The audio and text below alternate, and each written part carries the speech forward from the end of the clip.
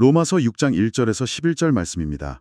조이야, 사람들이 가끔 아주 이상한 생각을 한단다. 우리가 잘못을 하고 죄를 지을수록 하나님의 용서와 은혜가 커진다면 하나님의 은혜를 더 많이 받기 위해 계속 죄를 지어도 되지 않을까 하고 말이야. 바울 사도님은 이 질문에 깜짝 놀라며 단호하게 대답하셨어. 결코 그럴 수 없느니라. 우리는 이미 죄에 대하여 완전히 죽은 사람이기 때문이란다. 죽은 사람은 누가 옆에서 아무리 나쁜 짓을 하라고 쿡쿡 찔러도 움직일 수 없지. 우리는 예수님과 함께 십자가에서 죽었고 이제는 하나님을 사랑하는 새 생명으로 다시 태어난 거야. 그러니 너희 자신을 죄에 대하여는 죽은 자요 하나님께 대하여는 살아있는 자로 여길지어다. 와, 할아버지의 따뜻하면서도 아주 단호한 목소리가 여기까지 들리는 것 같아요. 이 단계 1의 생생한 이야기를 바탕으로 저희가 단계 2, 관찰과 해설로 넘어가 볼까요? 방금 읽어주신 이야기에서 그 바울 사도님이 굉장히 엄격하게 말씀하신 부분이 참 인상 깊었어요. 네, 맞습니다. 바로 결코 그럴 수 없느니라 하신 부분이죠. 우리 친구들도 가끔 막 그런 생각할 때 있지 않나요? 어차피 엄마 아빠가 다 용서해 주실 텐데 그냥 내 맘대로 장난치고 나중에 죄송하다고 싹싹 빌면 되지 않을까 하는 그런 얄팍한 마음이요. 맞아요. 우리 어른들도 참 자주 하는 실수잖아요. 그 하나님은 사랑이 무한하시니까 이번 한 번만 적당히 나쁜 행동을 하고 나중에 회개 기도하면 다 용서해 주시겠지 하는 그 인지적인 허점을 노리는 거죠. 그러니까 이게 마치 신용카드를 쓸 때마다 포인트를 준다고 하니까 그 포인트 좀 더 받아보겠다고 막 당장 필요하지도 않은 장난감이나 물건을 마구잡이로 사들이는 거랑 비슷한 논리인 것 같아요. 진짜 정확한 비유입니다. 포인트 몇 점 얻으려다가 결국 갚을 수 없는 엄청난 빚더미에 앉게 되는 아주 위험한 구조잖아요. 눈앞에 자잘한 보상에 눈이 멀어서 본질을 완전히 놓치고 있는 거죠. 네, 진짜로요. 그런데 바울 사도님은 여기서 앞으로는 착하게 살아야 해 이렇게 가볍게 타이르시는 게 아니었어요. 아예 차원이 다른 대답을 던지시죠. 우리는 죄에 대하여 완전히 죽은 사람이다. 이렇게 폭탄 선언을 해버리시거든요. 죽은 사람이라는 표현이 진짜 강력하네요. 네, 죄가 우리한테 아무리 막 나쁜 짓을 하라고 명령을 내려도 우리는 이미 죽었기 때문에 그 명령에 반응할 수조차 없게 되었다는 뜻이에요. 그러니까 죄와 우리 사이에 그 무서운 주종 관계, 그러니까 노예 상태가 완전히 깨져버렸다는 거군요. 정말 놀라운 철학적인 선언이네요.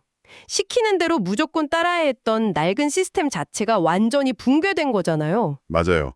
은혜를 핑계로 계속 나쁜 짓을 하려는 그 꼼수 자체가 아예 통하지 않도록 우리 존재가 근본적으로 변했다는 걸 짚어주시는 겁니다. 자, 그럼 여기서 단계 3, 묵상 단계로 자연스럽게 넘어가 볼 텐데요. 네, 좋아요. 그렇다면 우리가 도대체 어떻게 그렇게 완전히 다른 사람으로 변할 수 있었던 걸까요? 조엘 할아버지는 조이에게 아주 재미있고 시각적인 단어로 이 놀라운 변화를 설명해 주셨어요. 그게 바로 세례라는 단어죠. 고대 그리스어 원어로는 밥티스마라고 하는데요. 보통 우리 친구들이나 부모님들은 세례라고 하면 어떤 장면이 가장 먼저 떠오르시나요? 보통은 교회에서 목사님이 머리에 물을 살짝 얹어주시거나 물속에 살짝 들어갔다가 나오는 그런 영적인 샤워 같은 걸 생각하잖아요. 밖에 나갔다 돌아와서 피복 겉에 묻은 먼지를 가볍게 씻어내는 느낌이랄까요? 원래 먼지를 씻어내는 가벼운 샤워랑은 전혀 상관이 없는 단어더라고요. 오, 진짜요? 그럼 원래 어떤 뜻으로 쓰이던 단어인가요? 이 단어는 고대 사회에서 주로 옷감을 염색하던 사람들이 쓰던 전문 용어였어요. 하얀 천을 아주 뜨거운 물감이 가득 찬 거대한 염색통에 완전히 푹 담가서 천의 재질과 색깔 자체를 영구적으로 바꿔버리는 염색 과정을 뜻하는 거거든요. 우와, 염색통이라니. 진짜 기가 막힌 표현이네요. 그러니까 그냥 겉에 묻은 때만 가볍게 씻어내는 게 아니라는 뜻이잖아요. 천의 본질을 영원히 다른 색으로 확 바꿔버리는 거네요. 바로 그겁니다. 내 맘대로 살려고 고집부리던 그 까만 마음이 예수님의 십자가라는 거대한 염색통에 깊이 잠겨서 완전히 죽어 묻히는 거예요. 그리고 물에서 숨을 내쉬며 다시 나올 때는 하나님을 사랑하는 새하얗고 깨끗한 생명으로 색깔이 완전히 변해서 나오는 거죠. 한번 까만색에서 하얀색으로 완벽하게 염색이 끝난 천은 아무리 털고 비벼도 다시 예전의 까만색으로 돌아갈 수 없잖아요. 우리의 정체성이 완전히 새롭게 재창조되었다는 이 염색 비유가 정말 심리적으로도 엄청나게 강력하게 다가와요. 네, 옛날 자아의 장례식을 치르는 동시에 완전히 새로운 생명으로 탄생하는 역사적인 순간인 거죠. 행동을 조금 고쳐 쓰는 정도가 아니라 나라는 존재의 하드웨어 자체가 완전히 갈아 끼워진 것과 같습니다. 정말 압도적이면서도 은혜로운 묘사입니다. 그런데 여기서 단계 4 적용을 위해 아주 현실적인 질문을 하나 던져보고 싶어요. 우리 친구들도 아마 속으로 이런 고민을 하고 있을 것 같거든요. 어떤 질문이죠? 다들 비슷한 고민을 하고 있을 텐데 가이드님이 대신 얼른 말씀해 주세요. 내 존재가 그렇게 새하얗게 완벽하게 염색이 끝났는데 도대체 왜 우리는 일상생활 속에서 또 나쁜 짓을 하고 싶고 거짓말을 하고 싶은 유혹에 흔들리는 걸까요? 틈만 나면 여전히 그 까만 마음이 스물스물 올라오잖아요. 정말 삐뚤프지만 꼭 짚고 넘어가야 할 질문입니다. 머리로는 우리가 새하얗게 변했다는 걸 아는데 현실에서는 자꾸 옛날의 나쁜 습관으로 돌아가려는 관성이 생기죠. 이 답답한 문제에 대해 조엘 할아버지가 조이에게 아주 강력한 무기를 하나 주십니다. 네, 맞아요. 바로 생각하라라는 해법이었죠. 고대 그리스어로는 로기조마라고 하는데요. 할아버지는 이걸 내 통장에 진짜로 돈이 꽉 차 있다고 굳게 믿고 계산하라는 뜻으로 아주 쉽게 설명해 주셨어요.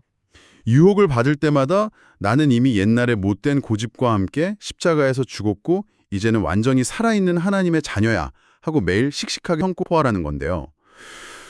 근데 여기서 제가 살짝 의문이 드는 점이 있습니다. 오, 어떤 부분이죠? 속 시원하게 한번 파헤쳐보죠. 이거 그냥 나는 할 수 있다, 나는 원래 부자다, 나는 완벽하다 이렇게 거울 보면서 억지로 자기 암시를 거는 거랑 비슷한 거 아닌가요? 요새 유행하는 긍정심리학이나 마법의 주문 같은 거 있잖아요. 실제로는 안 그런데 속으로만 굳게 믿는 척하는 약간 정신승리 아닐까요? 잠깐만요. 그렇게 오해하기가 정말 딱 쉽거든요. 얼핏 들으면 로기조마이가 마인드 컨트롤이나 자기 세뇌처럼 들릴 수 있으니까요. 하지만 이 단어의 원래 뜻을 알면 그 메커니즘이 완전히 다르다는 걸 깨닫게 되실 거예요. 완전히 다르다고요? 없는 걸 억지로 바라는 마법의 주문이 아니라는 말씀이신가요? 네, 절대 아닙니다. 로기조마이는 원래 고대 상인들이나 회계사들이 쓰던 아주 엄격한 재무 용어였어요. 장부의 숫자를 꼼꼼하게 기록하고 진짜 내 은행 계좌에 있는 실제하는 자산을 정확히 팩트 체크하는 회계의 과정을 뜻하거든요. 듣고 보니 정말 차원이 다르네요. 아직 없는 것을 억지로 끌어당기려는 게 아니라 예수님의 십자가 부활을 통해 내 영적인 통장에 이미 확실하게 입금 완료된 진짜 잔고를 냉정하게 확인하는 과정이군요. 바로 그겁니다. 유혹을 이겨내는 진짜 힘은 주먹을 꽉 쥐고 절대 나쁜 짓 하지 말아야지 하고 억지로 참는 인내심에서 나오는 게 아니에요. 내 안에 이미 두둑하게 쌓여있는 엄청난 영적 자본을 정확히 인식하고 계산해내는 데서 나오는 거죠. 와, 아까 저희가 했던 그 재정 상태 비율을 조금 더 연장해보면 진짜 딱 맞아떨어집니다. 예를 들어서 제가 엄청난 빚을 지고 악독한 사채업자 밑에서 꼼짝 못하는 노예로 살았다고 상상해보는 거예요. 생각만 해도 너무 끔찍한데요? 그런데 누군가 그 엄청난 빚을 다 갚아준 거군요. 네, 저 대신 빚을 완전히 다 청산해줬을 뿐만 아니라 제 통장에 수십억 원을 넣어줘서 제가 완전한 부자가 된 거죠.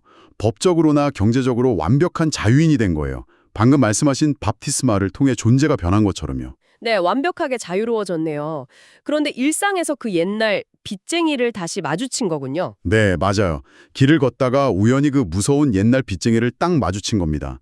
이 빚쟁이가 다가와서 옛날 버릇대로 저한테 막 소리를 지르는 거예요. 너 아직 나한테 빚진 거 알지? 잔말 말고 당장 옛날처럼 내 밑으로 들어와서 일해 하고요. 그게 바로 불쑥불쑥 일상에서 찾아오는 옛습관이나 나쁜 유혹의 목소리겠네요. 그 찰나의 순간에 우리 마음은 어떻게 반응하게 될까요? 순간적으로는 옛날에 그 무서웠던 습관 때문에 몸이 움찔하면서 네, 알겠습니다 하고 다시 노예처럼 굴복할 뻔하는 겁니다. 머리로는 자유인인 걸 알지만 몸이 먼저 옛날처럼 반응하는 거죠.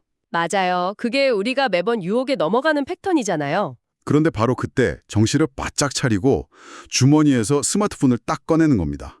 그리고 은행 어플을 켜서 이미 영원히 된 대출 잔고랑 수십억이 찍혀있는 예금 잔고 증명서를 그 빚쟁이 얼굴 앞에 딱 들이미는 거예요. 와, 진짜 속이 다 시원한 반격이네요. 잔고 증명서를 보여주면서 뭐라고 하죠? 웃기지 마. 내 빚은 이미 완벽하게 청산됐어. 내 장부를 봐봐. 난 더 이상 네 명령에 휘둘려야 할 노예가 아니야. 하고 아주 당당하게 콧방귀를 끼워주는 겁니다. 진짜 소름이 쫙 돋을 정도로 완벽하고 명쾌한 누기존마의 실천법입니다.